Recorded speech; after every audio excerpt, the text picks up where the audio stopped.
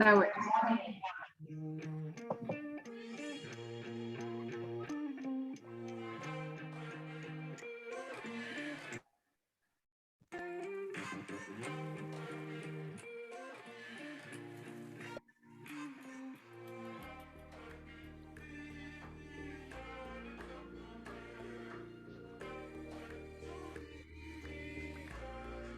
Okay, I'm admitting folks in.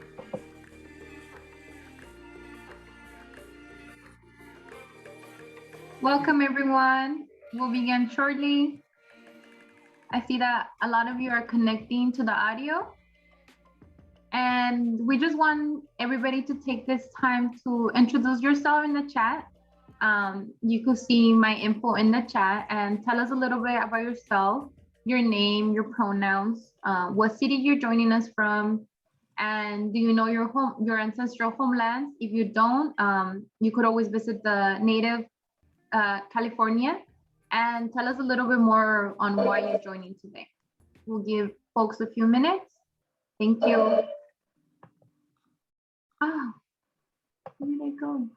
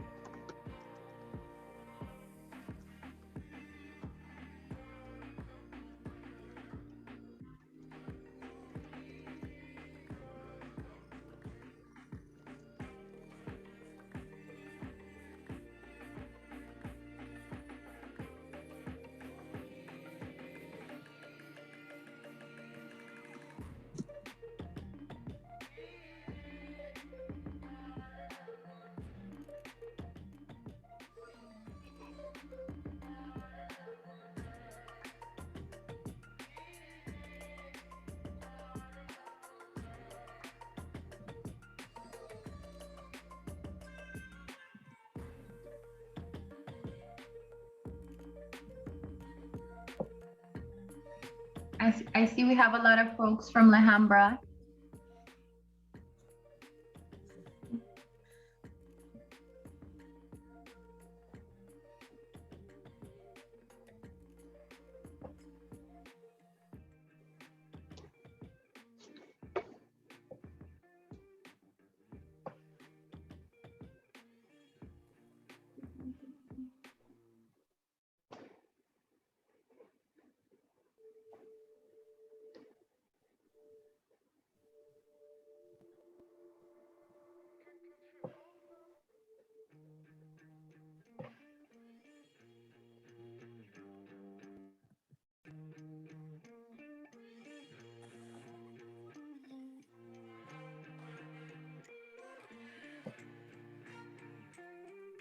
I hope I'm pronouncing this name correctly, from Aristotle. You're super interested in learning how to conserve water. Well, we hope we could teach you that today. Well, throughout the course.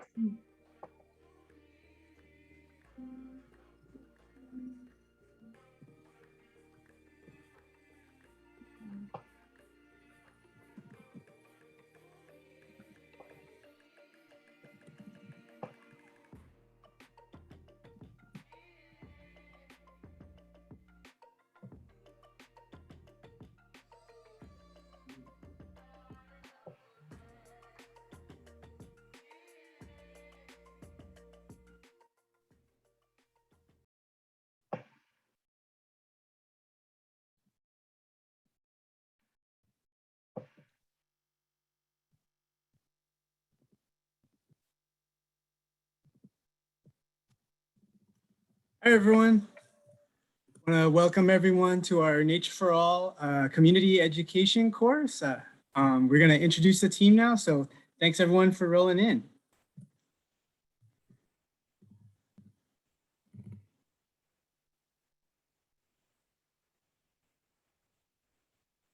Sally, do you want to go ahead? Yeah. Sorry, do you have the screen share? Okay, cool. Hi all, so my name is Araceli.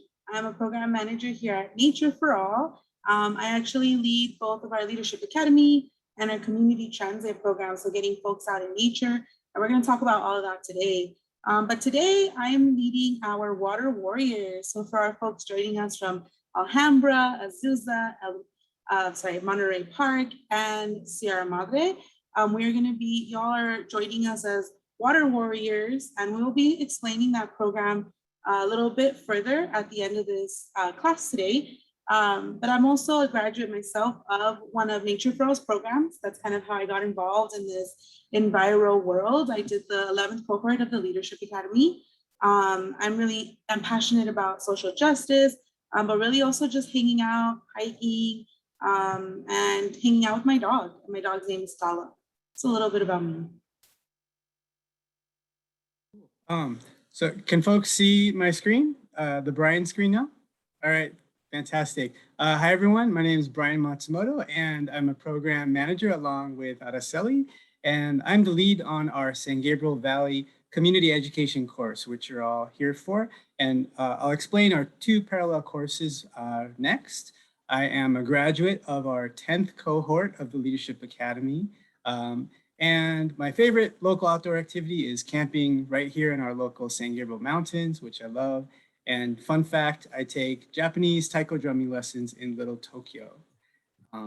So all of you are here tonight for one of two tracks that we have going on, and we're really excited to see all the numbers of people that are super interested in these topics. We have, for our San Gabriel Valley focused residents, our Nature for All community education course. It's a 4-part series, and in parallel, we have our San Gabriel Valley Water Warriors course, which Araceli explained is specifically for the 4 cities that are within the San Gabriel Valley Municipal Water District. So thanks to the Water District for being our partner, and we're acting as kind of a community water education hub for residents in those cities. So we'll explain further on how basically you're all here in our orientation today. And in 2 of the subsequent classes, those are the same. We focus on a water course, which talks about water, drought, and actions you can take. And then for the folks that commit to doing the whole course, we'll have an awesome in-person watershed tour in the San Gabriel Valley. The difference being that for the Water Warriors folks, if you want to take our additional class, which is the Civics, Parks, and Public Lands in Action course, then essentially you're taking the full community education course. So we really hope you all sign up to do that, and you'll get a certificate at the end and learn all this material. We're happy to see we have lots of folks that are not from the San Gabriel Valley, and so we do want to make a distinction here for everyone that this whole series is focusing on the San Gabriel Valley. We definitely welcome folks from other parts of LA, and we even have a person from Connecticut zooming in today. We welcome you to join us for all our online classes. But once we get to the in-person tour, we are going to limit that to San Gabriel Valley residents just because of how our program is structured. And we want to let you know that in the San Fernando Valley, we have this similar series happening in Spanish. And then next year, in the beginning of the year in Southeast LA, we are also looking to have a similar course focusing on the LA River. So those are some exciting things to look forward to. Hit it, Asna. Hi everyone, I'm Asana Martinez. I am the coalition coordinator for Nature for All, and I'll be your tech support for today. My favorite outdoor activity is going to the lake with my family. My favorite nature book is Erase Faces. And fun fact, I have a little bird. His name is Chapo, and he likes to whistle a lot. Thank you. And I'll be going over, can you go to the next? Before we get started, I'll be going over some guidelines, just so we could keep this learning environment respectful and we could learn as much as we can. First, we ask you that as you all doing, keep your mic off. Thank you. And only turn it on if you are asked to speak. As you all see, the mic is on the left on the left corner, it's a little mic icon. And if you're calling through the phone, just press *6, and that will help you turn on your mic. You're also welcome to keep your video off or keep it on, however you like. We understand it's the afternoon. If you want to turn off your video, it's also right next to the mic, the little camera icon. And we do have the chat open. I'll be keeping track of the chat. So if you have any questions, any comments, any concerns, please let us know in the chat, and I'll reach out to you or let Brian or Araceli know any of the comments you have. You're welcome to send messages to everybody, or you could send private messages.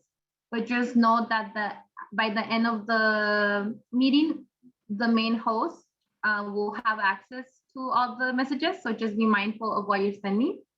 And we welcome you to raise your hand, and it's gonna be in the right hand of the screen. There's a little reactions button with a little smiley face. And when you click on that, it should give you a heart, a clapping, different signs, and you have the raised hand.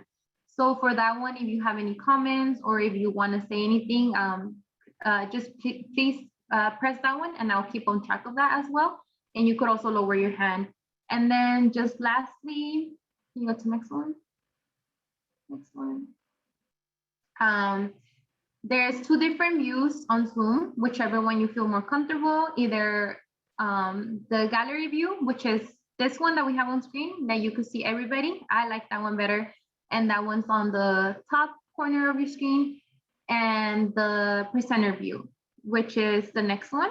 And that's for you, I guess, to focus more on the person that's speaking, but whichever one you like. And yeah, just please be mindful. I know it's the afternoon and we're thankful that everyone's here. Just keep your mics off for now. Thank you.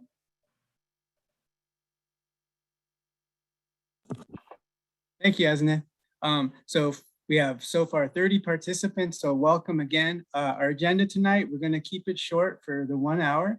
We're gonna go into who is Nature for All, because I think you're all really interested in who we are, and then what our work is. What do we do? What are the issues we tackle? And what are you hoping to get involved in our different topics? And finally, we're gonna split near the end for a short breakout discussion where the Araceli will take our water warriors, and then I'll have the rest of you. So let's cut to Araceli. Yeah, so starting right off with who is Nature for All.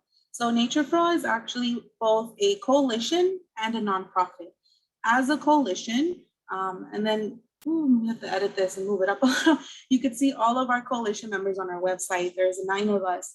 And as a coalition, we work to build a diverse base of support to ensure that everyone in the LA area, no matter where they live, has equitable access to the wide range of benefits that nature can provide.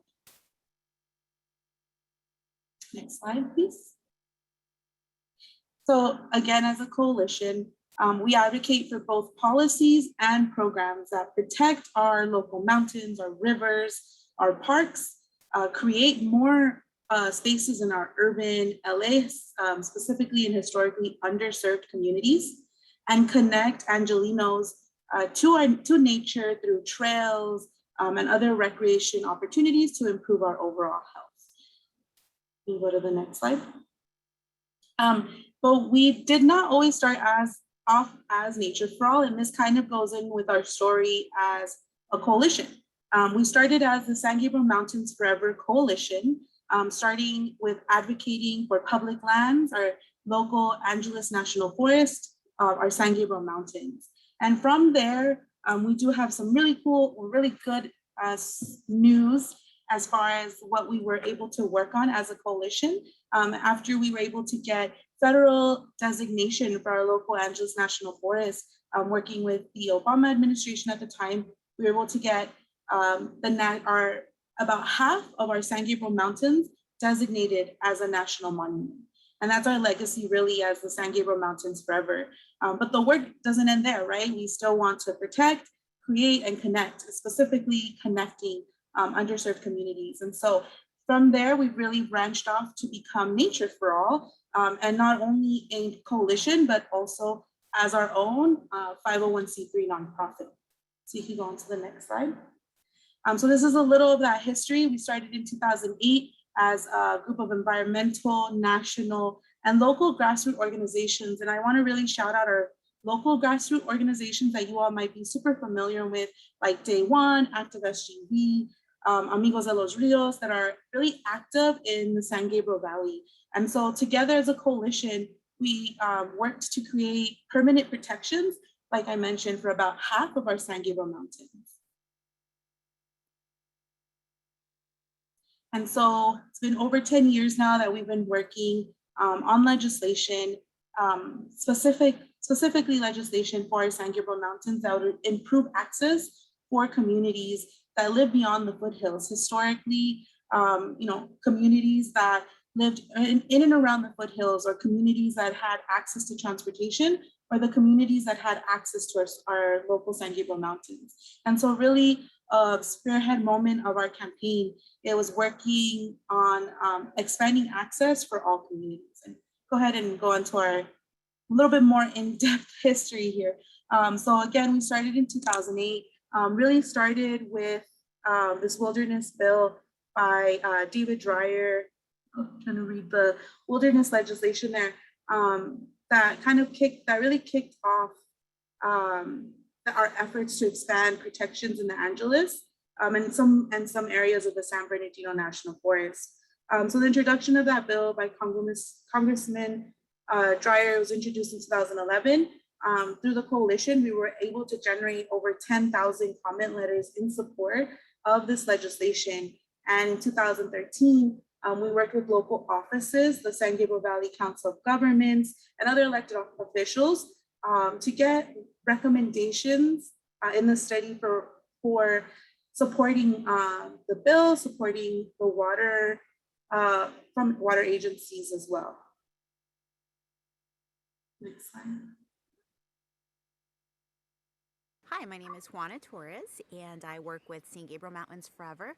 We're a partnership of local residents and environmental, health, and community groups, and we've come together to help protect the San Gabriel Mountains. The San Gabriel Mountains lie in the Angeles National Forest and receive over 3 million visitors a year, making it by far one of the busiest forests in the country. The shortage of parks and open space in the LA region, combined with the obesity and health crisis, make the mountains an incredibly important recreational resource. For many people visiting the San Gabriel Mountains, it is their first time ever in the outdoors and perhaps one of their only experiences with wilderness. In addition to protecting the recreational values of the San Gabriels, we're also working to protect the last remaining wild areas and rivers in these mountains. This is incredibly important because 30% of LA County's water supply comes from the San Gabriel Mountains. The mountains are also 70% of the open space in Los Angeles County. I'm most proud of connecting families to the outdoors. Our campaign, San Gabriel Mountains Forever, works to ensure that visitors to the San Gabriel Mountains have adequate services. Currently, things like trails, signage, bilingual rangers, picnic sites are lacking or very few. These are things that all visitors should have when visiting their local mountains. The San Gabriel Mountains, from its most pristine and wild habitats to its most popular recreational destinations, need permanent protections. That way, we can continue to enjoy this place, but future generations can do the same. We hope you will join our campaign and help us protect San Gabriel Mountains forever.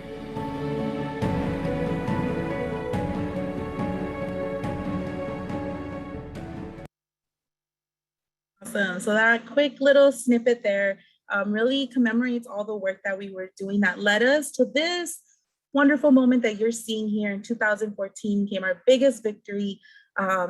President Obama came down and designated about half of the San Gabriel Mountains as a national monument. So now there's an extra layer of federal protection from community members speaking up and asking for this space. If you go to the next slide, we'll continue to talk a little bit more about that. Well, my favorite thing to do in the San Gabriel Have to play the Mountains video is to go now. hiking, ice ski. You all will have access to this, so if you all want to watch that a little later, I do recommend it. But I really just wanted to highlight, for me, when President Obama came down and designated this as a national monument, one of the things that he said in his speeches, and it still gives me chills to this day, right? He said, it's not enough to just be able to look at the mountains. You have to be able to access them. And to me, that was the story for so many Angelinos. And for me, living in also a valley, in the San Fernando Valley, I'm surrounded by mountains, and I would see them every day, right? And I felt like he was speaking specifically to somebody like me, somebody who looked at the mountains every day, but had never stepped out into the mountains. So a lot of the work that we, like I've mentioned, targets the underserved communities, targets access, and it's really around an environmental justice framework or lens. And yeah, you go to the next slide, I can elaborate more. And so what is it that we fought for, right? So speaking a lot about our San Gabriel Mountains, our Angeles National Forest, this is a map of the Angeles National Forest, and we're just below it, south of it. For y'all, you're mostly in the south, like the right-hand corner, right? So what's within the Burgundy boundary was designated as a national monument. So definitely, actually more than half. There's probably a little section to the left of it, but a lot of the forest was designated as a national monument. But a lot of it was also left out. So if you see the bottom left-hand side of the national monument was left out. And so currently we're fighting or working with our legislators to get the rest of the forest protected. So in this here in the red, that would be the additional, the monument addition. And then here in the blue, it would be what we would hope would be the national recreation area. So our fight didn't stop once we got the national monument designation. We wanted to continue to fight to protect the whole forest and include the foothills and surrounding areas to add protections and resources. And if you're familiar, for those that are in LA area, we also have the Santa Monica National Recreation Area all around the foothills of the Santa Monicas. And so this is something that we already have seen in LA County and something that can be possible. And if you're wondering why we want to include the National Recreation Area and why it goes down low and to the sides, that's because we wanted to add the Puente Chino foothills as federally protected lands. And the last thing, as well as protecting the land, it protects our rivers. We have over 40 miles of wild and scenic rivers, and these are nationally recognized rivers, as well as 30,000 acres of wilderness. And so currently what you see right now in this map is the green portions, the dark solid green portions that you're seeing are already wilderness areas. And so if you have ever been to wilderness, this is untouched, no roads, you have to hike in, you don't want to leave anything behind. And the purple would be additional wilderness areas that we want to see also protected, but protected as wilderness areas. And so leading us to where we're at now, we've been working with our representative, one of our champions, Judy True, to lead legislation in expanding the national monument, adding the national recreation area, and protecting our wilderness and wild and scenic rivers. I'm happy to say that she was able to introduce this in the House, and we were also able to get in the Senate, Alex Padilla to introduce a companion bill. So we're really happy to see this introduced in both houses, and really hoping for your support in moving this forward. I will go ahead and drop a link if you're interested in signing our petition and support. But at this time, I think that was my last one. I'll pass it back to Brian to talk a little bit more about our other programs.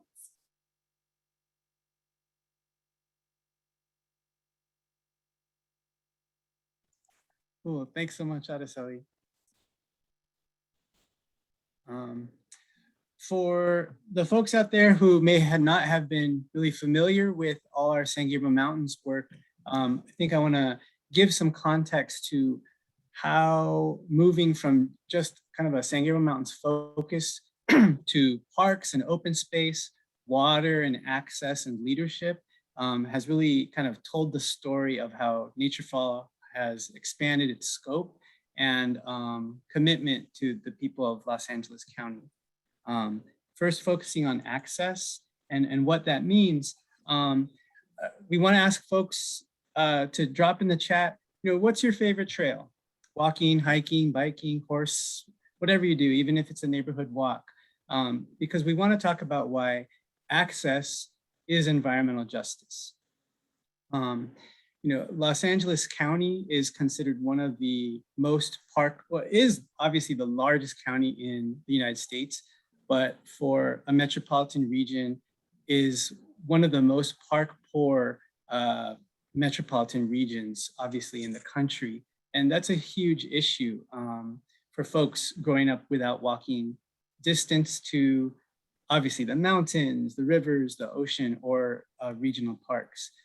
So if you consider the trails that you go to, we want to ask you, did you get there by car? Do you own a car? And if you haven't thought about it, if you don't have a car, how would you access these places that you enjoy going to? If you take public transportation, is it easy or not to get to some of these natural spaces? And would having public transportation to the ocean, to the mountains, to big parks, how would that improve your quality of life? To lay down some context, more than 17 million residents across Southern California live within a 90-minute drive of the San Gabriel Mountains. And when we consider that these mountains are 70% of LA, almost everyone can see them outside of their door, but so many people haven't been to them. And you kind of begin to wonder why. Well, for one aspect, there's zero public transit to our national forest. And so that in itself is a really big environmental justice issue that Nature for All cares about and is working on. Our local mountains provide recreational opportunities for the millions of Angelenos that live in our neighborhoods. And considering that many of us don't have parks, this gigantic national forest and resource is here for us to connect to and for generations to learn about, wildlife and creatures and to care about something beyond our neighborhoods. But if folks don't have access, there's no chance to grow into environmental stewards. And so, some people would say, oh, there's like too many people up there. So many people visit. This is the East Fork of the San Gabriel River. And our response is that regardless of how many folks go up there already, there are still so many people in Los Angeles County that are not aware of our wonderful, natural, beautiful resources and that deserve access just like everyone else. These are public lands. And so we really want to focus on improving access through transportation and also giving a focus on education, responsible recreation, and stewardship. Transportation is one of the biggest obstacles for people to get outdoors, and transit to trails is a perfect solution that we're working on. So if you hopefully come back to take our next classes, we want to tell you all about our Los Angeles San Gabriel Mountains shuttle system that we're working on with tons of partners to make the future bus routes to the mountains. Also our All Aboard for Nature community access trips that we're trying to get grant money to deliver programs to the community. So we really hope you come back to hear about these programs in depth. Now take us through parks and open space, another priority of ours. And so before I take us through a little bit of park equity in LA County, we want to ask, how do parks and open space benefit your life? So I'm seeing lots of really, really beautiful suggestions in the chat of where you like to go. Now I want you to kind of take some time and reflect. What does that do for you? What does it do for the soul, for your family, for your body? If you can share it in chat, that would be appreciated. So I'm seeing sanity, yes. Improves mental health, definitely. Big agrees. Awesome. So feel free to keep sharing. And so, thank you. So Park for LA, Park Equity in LA, right? Currently, this is a really good snapshot of what our communities look like in LA. Not all communities, right?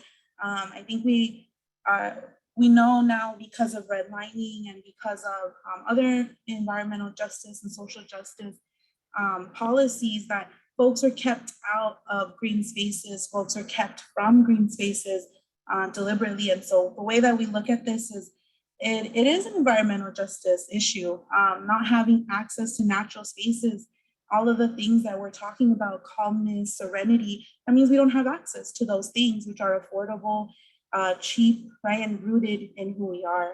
You can go to the next slide.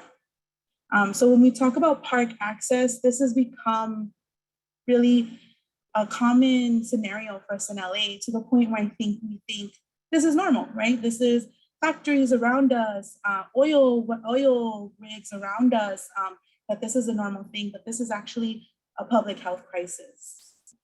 Next slide, please. And the LA County agrees, right? The health department the Regional Parks and Open Space Department did this parks needs assessment in 2016, where they went to every community in LA County, over 100 communities, right? And looked at the parks, who lives there, how many people live, how many people have access and don't have access to parks, and the condition of their parks. So this is a really, you can go to the next slide, but this is a really good tool that shows basically what we kind of already knew. The communities that had the same health issues when it came to high rates of diabetes, asthma, high heart, bad heart diseases. Sorry, my brain's been on all day today. These are the same communities that you see here in the red, and the red indicates that they have very high need for parks. They either don't have a lot of parks, or the parks that they have are not meeting the needs. The infrastructure is not there. We can go to the next slide. And so when we overlap, I think this is an example that you can go into onto the Regional Park and Open Space District. Thank you, Azanet, you dropped a link there. You can go in there and see your community, see your study area, and see how your community ranks. This is a really good example of the city of El Monte. As you can see, there's a lot of red, yellow, and orange. What we want to see is a lot of light green and dark green, meaning that there's parks, and we do see parks, right? On the left-hand side, you see a couple squares of parks, but what it's saying is that there's only less than a half an acre for every 1,000 residents. So that park is not meeting the needs of that community if they can't go to that park, if it's too full, or if the infrastructure isn't there anymore. So again, this is a breakdown of the parks. It tells you, it really breaks it down. It tells you what facilities are in the parks that are broken, that need some to be maintained. And I'll also let you know that, actually, I think it's coming up in the next slides. So yeah, parks and green spaces are just essential to every community's health. And so this is not just a nice thing to have, right? This is essential for every community to have. If we go to the next slide, it talks about the benefits again, right? Sociological and social health, child development. There's been lots of studies of just being able to look at nature outside of your window reduces stress, or studies of youth who have gone out into nature and come back and do tests and reportedly do much better than when they were just in a room. So many benefits of parks and green and open spaces. So we know that the need is there. We go to the next slide. We know that the need for funding is there. 70 million visits yearly to 3,000 parks, right? 70 million folks that go out and visit, but only 3,000 parks to serve those 70 million. The Parks Needs Assessment found that 80% of the parks in LA County are serving much larger populations than they were originally meant to serve. Over half the population lives over a half a mile or more than 10 minutes away from a park. And so this is what was found in the parks needs assessment. And it basically pointed us that we need funding, right? We need money and we need to work on bringing more park spaces, more park opportunities, and fixing the parks that we have. And so thus, next slide, Measure A. How many of y'all, feel free to do like a heart or put it in the chat or just raise your hand. How many of y'all have heard of Measure A? Woo. Or say it, woo, because it did pass. Also, okay, so let me tell you about Measure A. Measure A is a tax that was passed by over 75% of voters. And I really want to underscore that that is overwhelming amount of residents in LA County back in November 2016 agreed that we need money for parks and open spaces. So approximately $96 million annually is available for parks, recreation, beaches, open spaces, trails, and cultural facilities. I think there is more on the next slide. So this is the breakdown on how the 96 million works. If you're interested, we will go into this more in our parks equity class.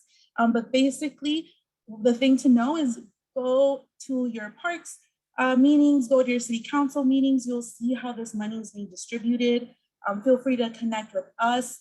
There's grants that are being released now and in the future for opportunities to connect people to parks and park spaces. So again, we really hope you do stay on with us. This is just the first of a couple of classes where we will go more into depth about some of these issues and hear from you and your thoughts and kind of what projects you'd like to see. But we really want to introduce you to kind of what we work on to start off. And I'll pass it back to Brian to talk about water resiliency in LA. Cool, thanks, Araceli. So now water and how it's connected to all of these topics that we're talking about. One more prompt for you all in the chat. Let's talk about water. You know, hopefully everyone knows by now we are in a really serious drought. It's been in the news every day. Let us know, how have you used water today? And maybe if you haven't thought about it, do you know where your water comes from? It's something a lot of people in LA don't think about.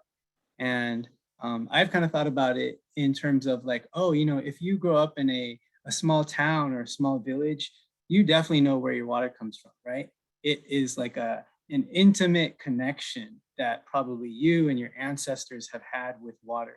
But then when you live in a big city, that water is connected by pipes and imported and brought to you to sustain this huge population.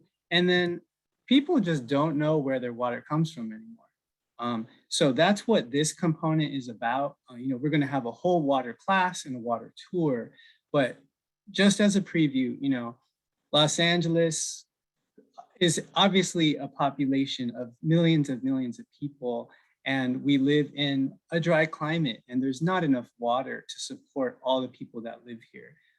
So this component is really thinking about, what does that mean, especially with climate change happening, and really first understanding where our water comes from now and how we can get to a better place. You know, the drought, our Governor Newsom has already said there needs to be 15% cutbacks across the board. Like every person, every agency, every city in the state needs to cut back because there's simply not enough water. That's with climate change. And this is honestly the new normal for us. It isn't drought so much as we're living in a drier and drier region. And so what to do about that, we can be proactive and plan. And a lot of the solution is about creating more local water by being smarter with our water. There's a lot of components to water, right? We have some areas like the San Fernando Valley that gets flooded, if you can believe it, because in our region, water acts differently. We don't get rain for a long time, and then it comes in bursts, you know, usually in the winter. That's a description of our area. But you would think, okay, we should capture that water and use it, but that's not really how LA has been designed in the last 100 years. We're losing this valuable resource over 100 billion gallons of water lost annually. And that's kind of a LA-wide description. Folks in the Water Warriors course and in our big water class will learn that in the San Gabriel Valley, at least, we are lucky because our water districts have made a lot of our local water capturable. And so about 70 to 80% of the water in the San Gabriel Valley is local water that hits our San Gabriel Mountains as precipitation and is trickled down and pumped back up to the cities. But there's a lot of issues to this, right? Contaminated waterways, a lot of our concrete river channels that were made back in the 30s or earlier as flood control. Back then, those were a solution that made sense for engineering. And now multi-benefit is the key word. You know, we have much more knowledge, ecological knowledge now, and our solutions need to serve many more purposes like people and parks and habitat than just moving water out of our city. At the same time, we have contaminated beaches. You know, this water, you all know that the sewage spill that happened just a few weeks ago, that's major news. So even though in a big city, someone else handles our water, it's really up to each of us to understand where our water comes from and what we can do about moving to a more sustainable future. You know, toxins and pollution is obviously a huge public health concern, but I think we're lucky that in our region, folks have already gotten to the point where we want to get to sustainable solutions. So what does that mean? The solution that leaders in our area have really come to is that we have a huge amount of water that still hits LA as local precipitation.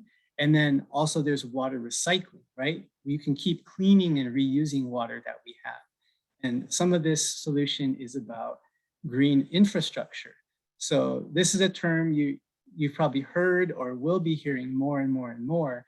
How do we peel off that gray part of LA, all that concrete, all that pavement, because this used to be a very large natural area not that long ago that was able to absorb water. And now that LA's been paved over, that water is running off into the ocean and we're losing that precious resource. So a lot of what green infrastructure is doing is trying to unpave LA and let that water soak back into the ground. So this example is right here in the San Gabriel Valley in El Monte at the Jeff Seymour Center. And so this is usually one of our visits on our watershed tour. It's a very typical public school campus that has been completely retrofitted to have rain gardens, bioswales, big storm capture cells underground to capture water.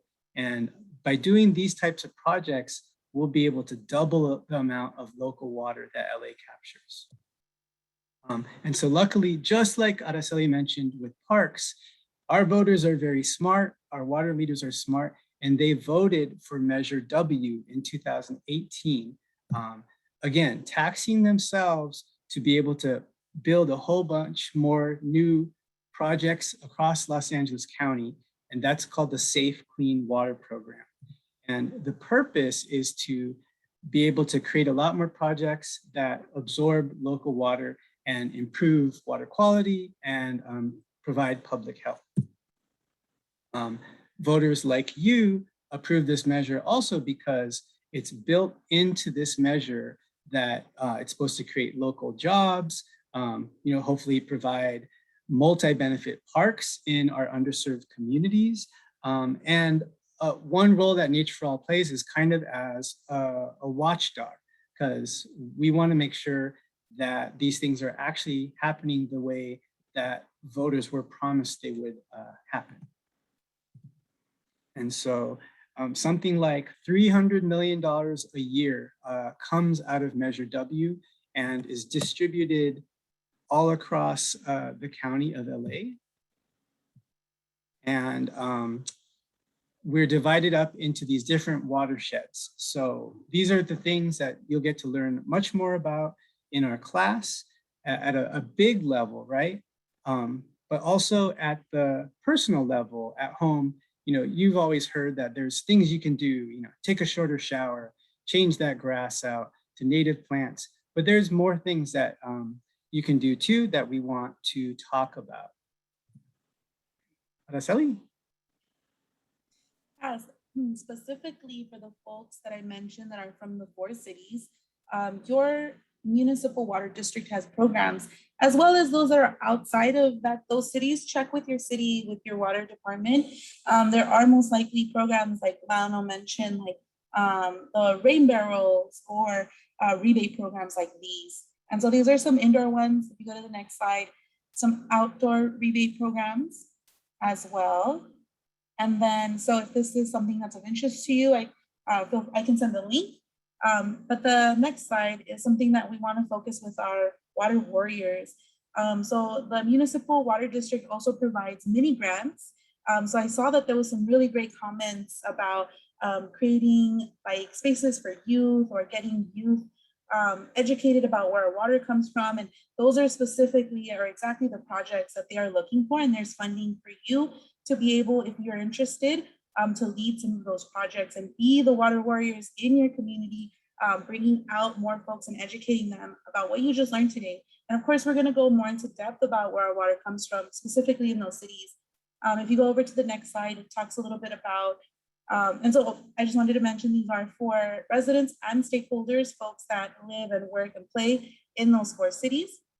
And if you go to the next slide, those are the objectives of the mini grants and the eligibility. And you'll notice that you do need to connect with this community group, and happy to say we are a community group that is happy to partner with you to work on these mini grants. And we'll talk a little bit more in our breakout groups about that. I'll pass it back to Brian to share more about Nature.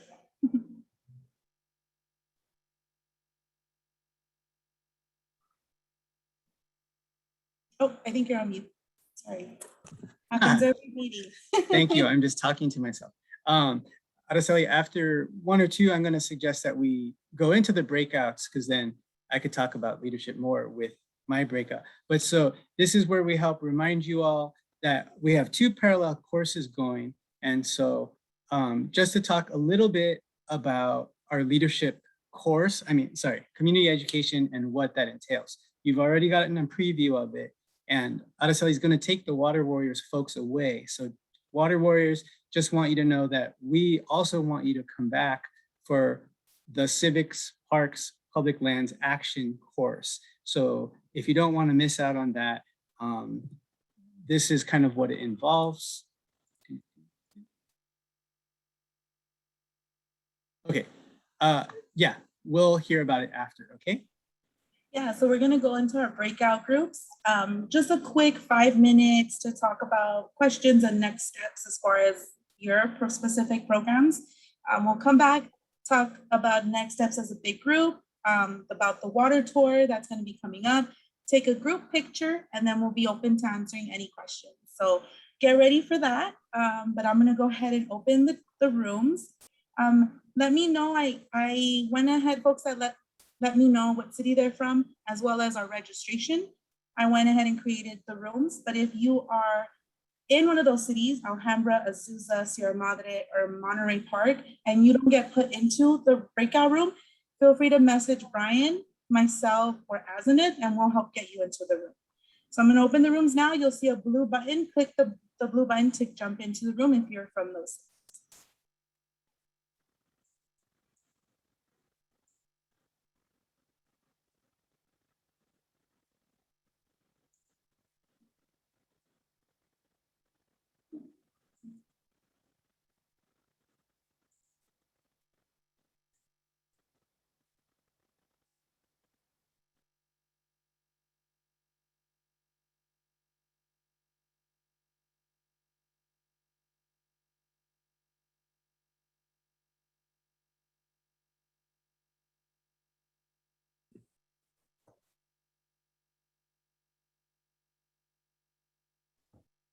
Cool. So the rest of the folks that are still with me, that's everyone else in the San Gabriel Valley and beyond, just want to go over what this course is about and how it fits into kind of our bigger, what we call leadership development training course.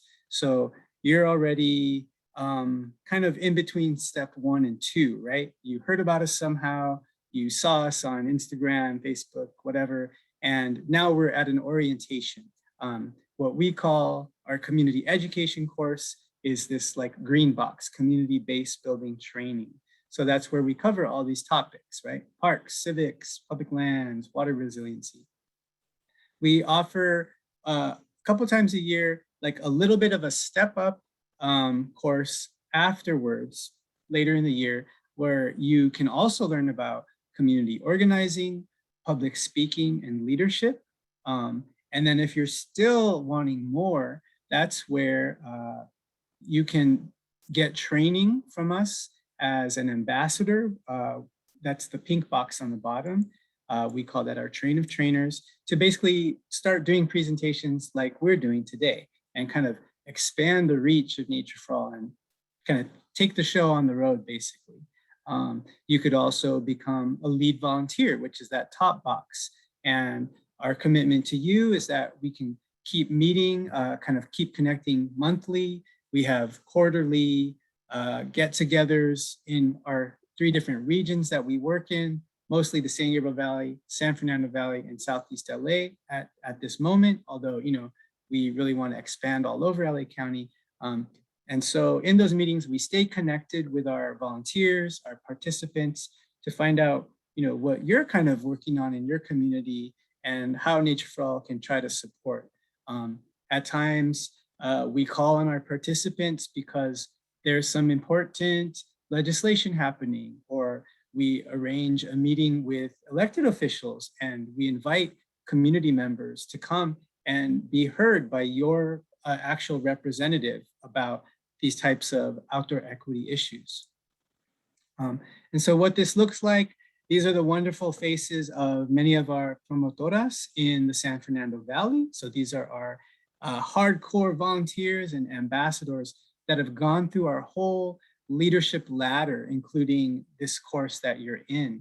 And these are folks that cared about these issues in their community and have gotten education and empowerment along the way. And, you know, besides doing Nature for All stuff, are doing a lot of other big things in their community. So we really try to give folks the tools to be advocates for themselves and their community as well. These are kind of like the quarterly meetings we talked about and the monthly meetings where we will stay connected with you as graduates so that we can provide support. And one more way to look at this is what the impact is of these classes and why it makes a difference. The name for this in general is community-based building. You know, to get change to happen in an area requires people who push for it. So if you have residents that don't know what's going on, don't know who has the power, then not a lot is going to change, right? But we live in areas that need parks, need open space, need elected officials that care about these things. And we are building that base within the community to move our public officials to do the things required to make more green space and connect all our community to nature. So just to kind of wrap up this topic, what this looks like is in the Valley, we have courses in Spanish. That's my colleague Omar Gomez with his new little baby up there. He's the teacher in the Valley.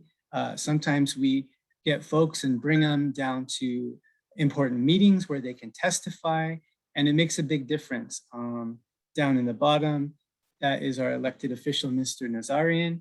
And when our elected officials hear from real residents that are saying what matters in their community, that makes a huge difference. And that's why community-based building really has an impact. And we build relationships with elected officials so that they hear what matters to their constituents. Araceli's probably going to be bringing her folks back fairly soon. But now, let's see.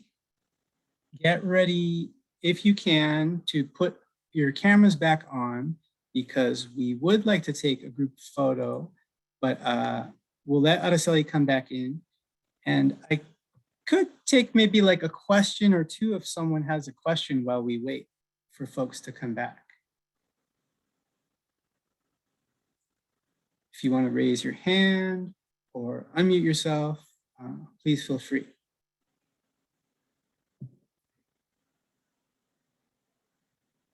Hey, Lionel, it's good to see you. It's good to see some familiar faces. And there's a lot of members. Okay, yes, Forrest, go ahead. Well, maybe I shouldn't, because I asked it in the chat and I got a comment saying that those might be addressed later. Well, yeah, now's later. Go ahead. My question was, why were some of the parts of the San Gabriel Mountain not included in the monument in the first place? Sure, that's a good question. It was somewhat political, but also it's somewhat typical. Usually the campaign to make a national monument anywhere around the country is kind of a big deal. And so typically folks ask for like the big vision and get the small vision. And it takes many, many years to work towards the big thing. And that's sort of what happened here along the foothill communities, which are, those what we call the Front Range areas, which do include some of the most popular hiking areas. I think there was also some debate and back and forth. So in the end, the way the government drew it was just kind of like a shape to begin with, knowing that, in the future, this whole discussion with the community, an ongoing effort would continue. So that's kind of where we're at. And for folks who have followed along with this, over 10, 15-year journey, now that we have, when we had Kamala Harris as our then new senator, she became the new champion of this, which was exciting. And then when she became our vice president, our new senator, Alex Padilla, then took over as the champion for that vision as well. So there's a lot of support for it. And this whole vision is kind of sitting in the Congress, waiting for kind of a Senate decision, along with multiple other parts of California that are trying to create bigger public lands protections as well. Yeah, thanks for the good question. Anybody else?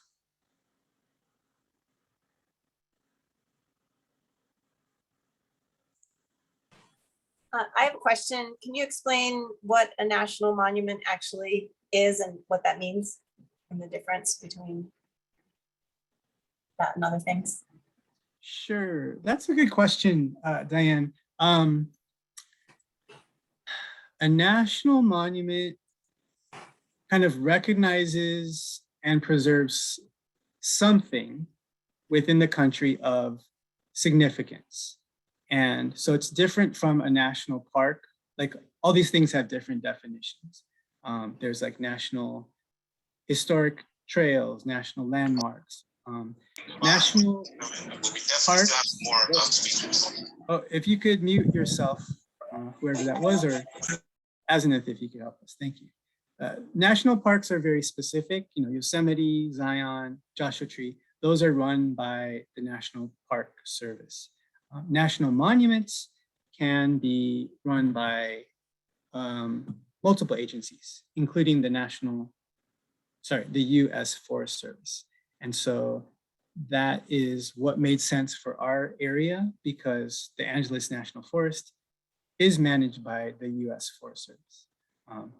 And when these big, long documents were written up to explain why our area deserved a national monument, some of the many points of significance included rare and endangered and very special native species of wildlife, fish, plants that are special and only live in our mountains, which is really incredible. There's sites of cultural, historical significance that go back thousands of years to our different tribes in the area.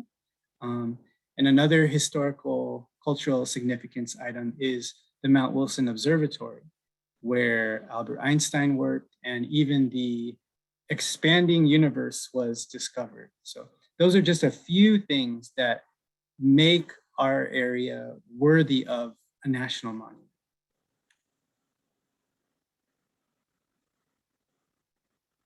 Well, gosh, it's already 8 o'clock, and do we have Araceli back?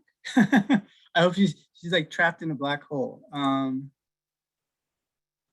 As an if, maybe we should help her. Yes, I'm trying to go to the other room. No, she's back. Oh, great. Okay. So do we have everyone? Okay, perfect. So if we have everybody,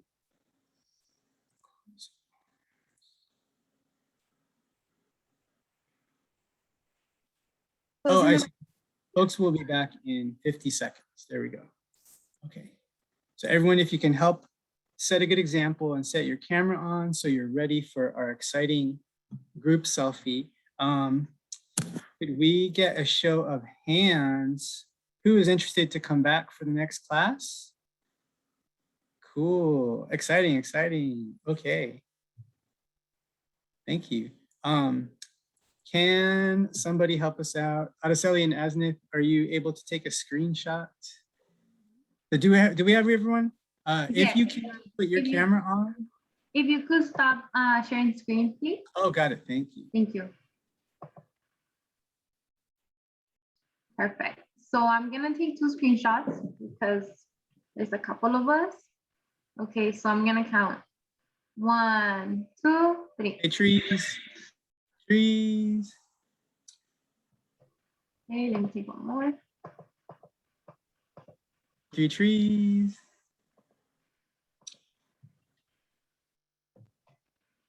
Okay, thank you. Excellent, thank you.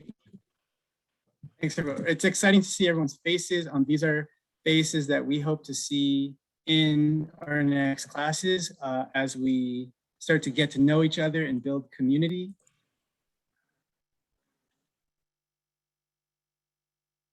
Just to go over next steps, everyone. Can you see my screen, Nazina? Yeah. Fantastic. Okay, so we already made it through our orientation. Awesome, gold medal to everybody. Our second class is next week, 6:30, just like this. It's our Water 101 class, and you'll be getting an email from us. Water Warriors, Araceli might peel off into a separate group. So we hope you all come back for that one. The week following is a Wednesday again, where we'll cover parks, access, and public lands. And all of these are action oriented. We want to give you folks actions of how you can start doing things in your community. And then finally ending it off with that in-person tour again for our San Gabriel Valley residents. Okay, so we do hope you all come back.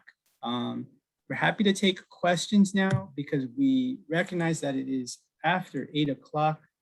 We really appreciate everyone sticking with us and we hope you're excited. So big round of applause to all the community members. We had hoped to do this in person, but you know, we're doing it online right now to stay safe, but we want to see you in person. So we're looking forward to that tour.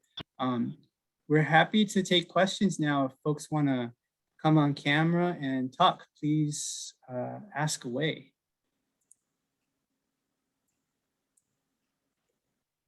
Questions, comments, right? And that is Belen. She's our wonderful executive director. So, hey. Hey everyone, it's great to be here with you. Like many of you, I'm new to the course and I plan to stay on board. I really want to, learn from the amazing team that Nature for All has and had before me joining. It's been a little over 3 months now, so I look forward to learning along your side and really bringing these conversations and knowledge to our communities, right? Whether it be at the level of gardening. I have watermelon and cantaloupe growing in my backyard, Aristotle. Or whether it's, I'm gonna commit to not brushing my teeth in the shower, right? To make sure I'm not wasting water, and also learning, right? Where's the watershed and how do we protect it, and eventually inspire us to grow into those environmental stewards, teach our kids, teach our parents, right? Teach our neighbors. So definitely looking forward to it. Kudos to the team today. You guys are amazing.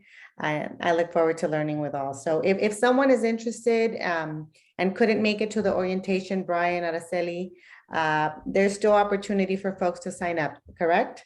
Oh yeah, absolutely. And am I muted? Yeah, and we have this recorded, so definitely, invite your friends. They can just watch it and jump into next week's class. But help us recruit those SGV folks, and especially those water warrior folks, because we want to get folks into these classes. Thank you. And yeah, help drop something in the chat. Let us know what you gained from this hour tonight, if you can. What has connected with you. That always helps us know what we're doing right and what to work on. And hey, shout out to Albert. Albert works for the San Gabriel Valley Municipal Water District. He's apparently thousands of feet in the sky flying over San Gabriel Valley right now. Yeah, just checking on our watershed, everyone. Thanks everyone for participating tonight. I know water is a very dry topic. It's not very, very easy to learn, but I'm very happy to see the amount of people who showed up tonight to start the process. So I'm available if you have any questions. I'll do my best to answer all of them. I'm on the external affairs staff. The next week's class, my boss Evelyn, who is the external affairs manager, will be participating. So you can bug her with the more technical questions. But yeah, happy to be here. Thanks, Albert. And for our water warriors folks, just know we have all kinds of exciting freebies from the water district as well. So that's extra motivation for you. Albert, just out of curiosity, do you have a project in mind that maybe a local resident worked on that is just one that you can't forget about or you'd like to share with the group? Just to think of, as we're learning these topics and really these technical terms, how does it look like once it's out in our community? What can it look like? If you do have one in mind. I think one that I think back to a lot is, I think we always think about going straight into doing gardening projects and so on and so forth. But I think though, what I'm more interested in trying to do is sort of educate folks from the more technical aspects, or just in general, where does water come from? When it comes to our grants. I think one of the most unique projects we were able to help fund was Alhambra High School's Economic Summit, where every student had to incorporate, they're all representatives of a separate country, but they had to incorporate into their presentation what the water situation is in their country, and where do they get water from in their respective countries. So I was very interested in that, where students can really hone into like what the water situation is, and ultimately they ended up thinking about their own water here in the San Gabriel Valley. So I think back a lot to that project, and we've been able to fund a lot of projects at local elementary schools, like in Sierra Madre. We've been able to help develop a garden at Sierra Madre Elementary and a nursery school there as well.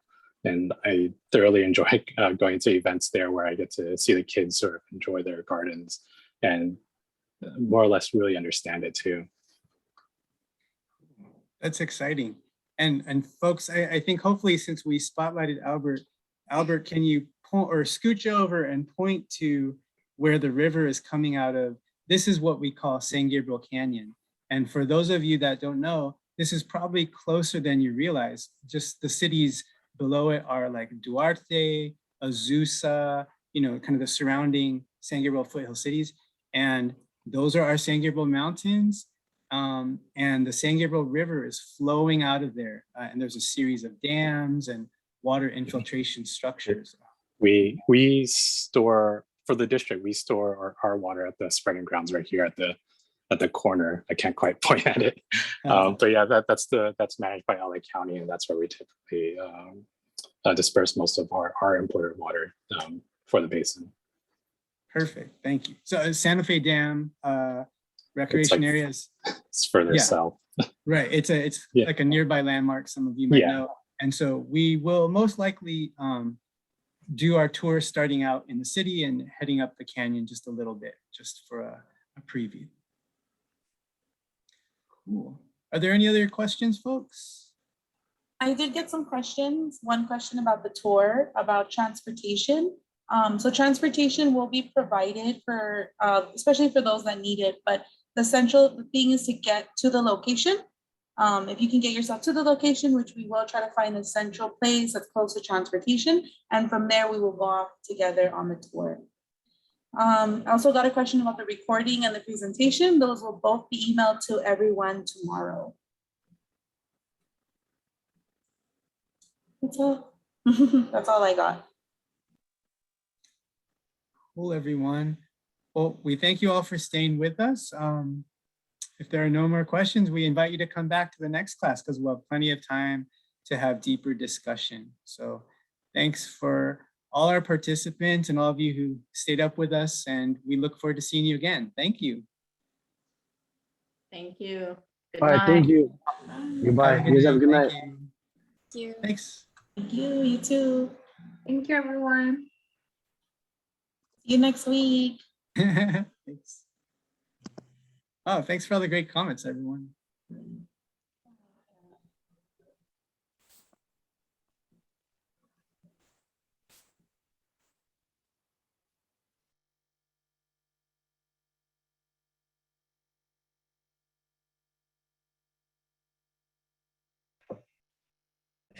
Awesome, ladies. Awesome. I know Brian looked up.